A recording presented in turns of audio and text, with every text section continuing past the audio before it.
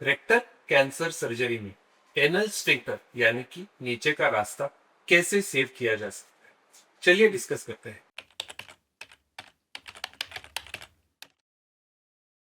नमस्ते, मैं doctor Aditya Kulkarni, gastro and cancer specialist, OSS clinic Pune में प्रैक्टिस करता हूँ। और मेरा एरिया ऑफ इंटरेस्ट है पेट के डाइजेस्टिव सिस्टम के कैंसर्स और उसकी लेप्रोस्कोपिक और रोबोटिक सर्जिकल ट्रीटमेंट। आज हम डिस्कस करेंगे रेक्टल कैंसर के सर्जरी के बारे में। और एक रेक्टल कैंसर के डायग्नोसिस की जब भी बात होती है, किसी भी पेशेंट के मन में पहला सवाल ये आता है, क्या इसकी सर्जरी में नीचे का रास्ता यानी कि एनल पैसेज, एनल स्फिंक्टर पूरी तरह से निकाल देना पड़े? क्या मुझे मेरी रेस्ट ऑफ द लाइफ जो है वो कोलोस्टोमी बैग के साथ में जीने पड़ेगी? क्या इसका कोई सॉल्यूशन है? Is there any way to save the anal sphincter? तो हम डिस्कस करेंगे कि कैसे रेक्टम और एनल पैसेज की जो है वो शरीर की रचना कैसे होती है, अनाटॉमी को अंडरस्टैंड करें। इसी के साथ साथ रेक्टल कैंसर किन पार्ट्स में अफेक्ट कर सकता है और उसका लोकेशन कैसे इंपॉर्टेंट है इस डिसीजन मेकिंग में। साथ के साथ हम कुछ मॉडर्न डायग्नोसिस और ट्रीटमेंट के टेक्निक्स के बारे में भी बात करेंगे, जिससे कि रेक्टल कैंसर में एनल स्फिंक्टर को प्रिजर्व करने के चांसेस को या सेव करने के चांसेस को हम मैक्सिमाइज कर सकते हैं। और पेशेंट सिलेक्शन क्राइटेरिया भी अंडरस्टैंड करेंगे कि जब कोई रेक्टल कैंसर का मरीज हमारे पास में कैंसर स्पेशलिस्ट के पास में आता है, तो व्हाट आर द फैक्टर्स, क्या वो चीजें हैं जो हम देखते हैं कि जिससे हम डिसीजन ले पाए कि क्या इस पेशेंट का हम स्फिंक्टर को प्रिजर्व कर सकते हैं या नहीं कर सकते हैं। तो थोड़ा सा कॉम्प्लिकेटेड वीडियो है, थोड़ा सा लंबा वीडियो है, कुछ कंसेप्ट्स को एक्सप्लेन करने में मुझे समय लगेगा। My request is please stay with me till the end of this video. इसके बाद आपको रेक्टल कैंसर में स्फिंक्टर को कैसे सेव करना है इसकी पूरी अंडरस्टैंडिंग आ जाएगी। तो सबसे पहले अगर हम एनाटॉमी को देखें तो रेक्टम जो है वो हमारे लार्ज इंटेस्टाइन का लास्ट पार्ट होता है। और ये लास्ट के जो 15 सेंटीमीटर है कोलॉन के, इसको हम रेक्टम के नाम से जानते हैं। रेक्टम के लोअर एंड में एनल पैसेज होता है और यहाँ पर सिचुएटेड दो मसल्स होते हैं, जिससे कि हम हमारे टॉयलेट के रास्ते को कंट्रोल कर सकते हैं, जिसे हम इंग्लिश में कॉन्टिनेंस के नाम से भी जानते हैं। और इन मसल्स को कहा जाता है इंटरनल एनल स्फिंक्टर और एक्सटर्नल एनल स्फिंक्टर। ये मसल्स का कंट्रोल रहना बहुत जरूरी है। अगर ये मसल्स में कोई प्रॉब्लम होता है तो टॉयलेट के रास्ते का कंट्रोल नहीं हो पाता है। तो रेक्टम जो है उसके 3 पार्ट्स होते हैं और कैंसर इन तीनों पार्ट्स में से किसी भी पार्ट में हो सकता है, चाहे वो अपर रेक्टम हो या फिर मिडल रेक्टम हो या फिर लोअर रेक्टम हो। यूजुअली जो स्फिंक्टर रिजर्वेशन या स्फिंक्टर सेव करने वाला जो डिसीजन मेकिंग है, ये सिर्फ मिडल रेक्टल कैंसर और लो रेक्टल कैंसर के मरीजों में हमें ये डिसीजन लेना होता है। और इसमें कई सारे चीजें होती हैं जो हम देखते हैं, जैसे कि ये ट्यूमर रेक्टम की वॉल में कितना ज्यादा अंदर तक घुस गया है, क्या इसमें कुछ लिम्फ नोड्स भी स्प्रेड है, कुछ लिम्फ नोड्स भी बढ़ गए हैं या नहीं बढ़ गए हैं। थर्ड, ये ट्यूबर जो है वो स्फिंक्टर मसल्स के कितना नजदीक चला गया है, क्या इससे स्फिंक्टर मसल्स को जकड़ लिया है, क्या ये स्फिंक्टर मसल्स या इससे दूर है, अगर दूर है तो इनके बीच में जो अंतर है वो कितना डिस्टेंस। साथ के साथ पेल्विस यानी कि जो हमारा जो बॉडी एरिया होता है, इसमें भी कुछ मसल्स होते हैं जिसको हम लिवेटर मसल्स के नाम से जानते हैं। और ये लिवेटर मसल्स भी रेक्टल कैंसर में इन्वॉल्व हो सकते हैं। तो लिवेटर मसल्स अगर इन्वॉल्व है तो ये भी डिसीजन हमको लेना पड़ेगा कि हम इसको सेव कर सकते हैं या नहीं कर सकते। तो ये सारा इंफॉर्मेशन लेने के लिए सबसे पहला जो मॉडर्न हमारे पास में टूल है वो एक एमआरआई स्कैन है। हर रेक्टल कैंसर के पेशेंट्स का हम एमआरआई स्कैन रूटीनली करते हैं, यही सारी चीजें देखने के लिए कि ये फैक्टर्स कितने इन्वॉल्व है, कितने अफेक्टेड है, स्फिंक्टर मसल से इसकी डिस्टेंस कितनी है। इस फाइंडिंग के ऊपर हम डिसाइड करते हैं कि एनल स्फिंक्टर सेव होगा या नहीं होगा। एनल स्फिंक्टर जब हम सेव करने की बात करते हैं तो इसमें दो चीजें आती है। एक तो होता है कि हमारा जो ऑन्कोलॉजिकल यानी कि कैंसर रिलेटेड जो क्योर का जो पॉसिबिलिटी है वो कितना हम मैक्सिमाइज कर सकते हैं।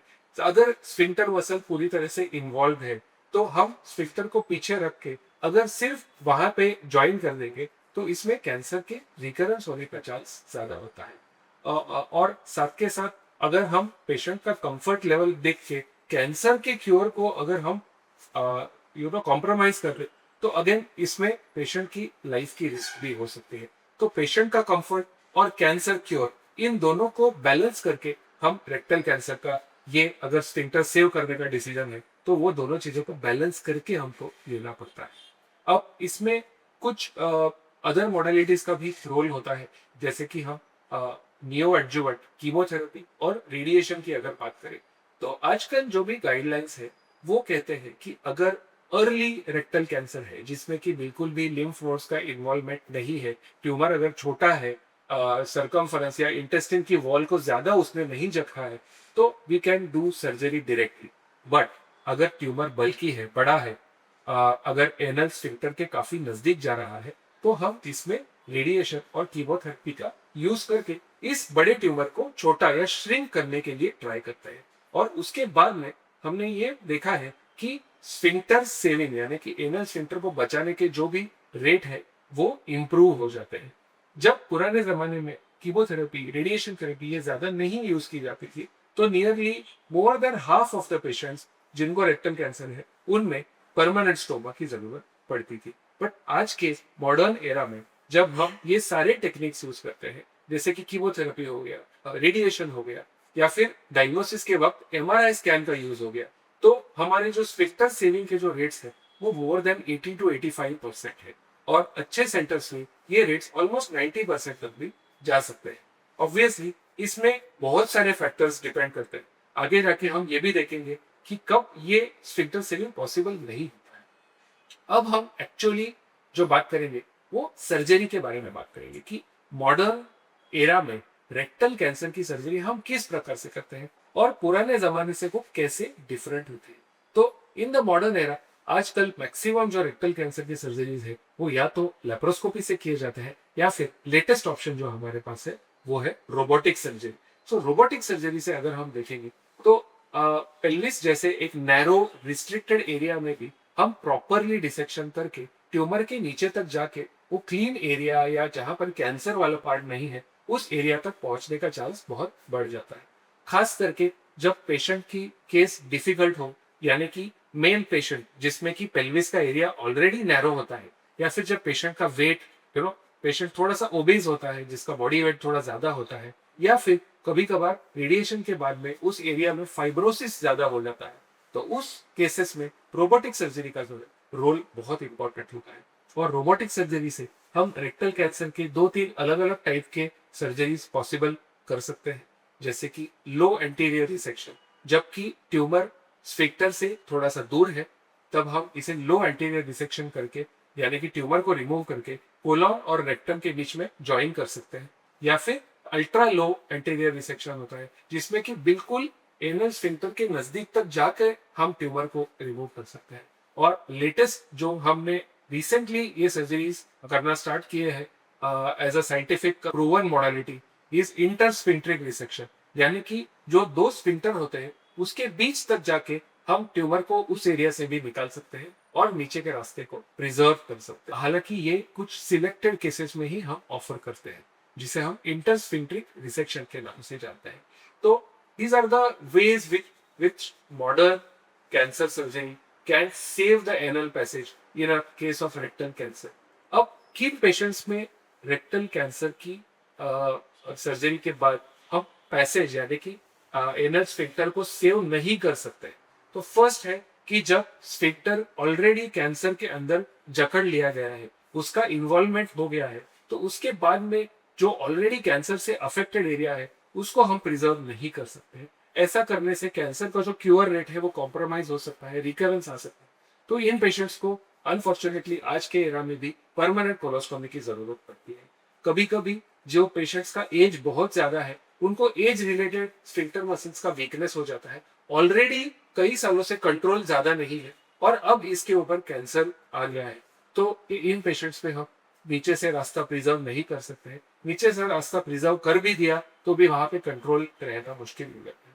और कई बार अगर पेशेंट का कैंसर बहुत ज्यादा एग्रेसिव है, पूरी तरह पेल्विस में फैल गया है, तो चाहे फिर स्फिंक्टर्स पूरी तरह से इन्वॉल्व ना भी हो तो भी एज अ सेफ्टी हम ये सोच के कि कैंसर बहुत ज्यादा एग्रेसिव है, इसे हमें परमानेंट कोलोस्टोमी के अलावा कोई ऑप्शन नहीं दे सकते।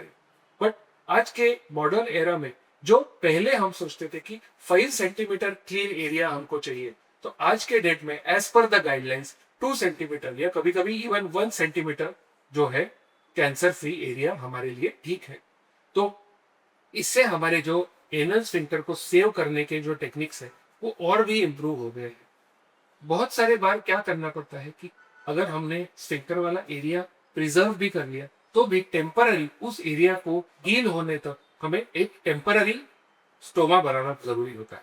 ये कुछ महीनों के लिए हो सकता है, जैसे कि 2-3 महीनों के लिए, जब तक वो एरिया पूरी तरह से ठीक नहीं हो जाता, और उसके बाद में हम इसको सर्जरी करके कोलोस्टोमी को बंद कर देंगे और नॉर्मल रास्ता भी स्टार्ट हो जाता है। तो कई बार पेशेंट के मन में एक बहुत दुविधा होती है, बहुत फियर होता है कि रेक्टल कैंसर मतलब एनल पैसेज का निकाल देना और परमानेंट कोलोस्टोमी के ऊपर जिंदगी जीनी पड़ेगी। तो ऐसा नहीं है। आज हमने देखा कि बहुत सारे हमारे ट्रीटमेंट ऑप्शंस हैं हमारे पास में। We can use an MRI scan to accurately stage it, we can use chemotherapy, radiation to down stage the disease, यानी कि बड़ा बल्कि ट्यूमर जो स्फिंक्टर के नजदीक है उसको हम रेडिएशन देके श्रिंक डाउन कर सकते हैं और उस एरिया को प्रिजर्व कर सकते हैं। और साथ के साथ अगर हम लेप्रोस्कोपी, रोबोटिक सर्जरी जैसे एडवांस टेक्निक का यूटिलाइज करेंगे तो फिर हम इस स्फिंक्टर को डेफिनेटली मेजॉरिटी पेशेंट्स में आज के डेट में प्रिजर्व कर पाते हैं। अगर आपको रेक्टल कैंसर के बारे में कोई भी डाउट है, अगर आपको ओपिनियन की जरूरत है, तो please feel free to contact me. आप नीचे दिए गए नंबर पे मुझे रीच आउट कर सकते हैं या फिर कमेंट सेक्शन में या ईमेल पे मुझे रीच आउट कर सकते हैं। Thank you very much. Rectal cancer के ऊपर हम इस महीने इंटायर सीरीज बनाने वाले हैं, तो please don't forget to watch that, follow me for more health related and gut related content. Thank you so much.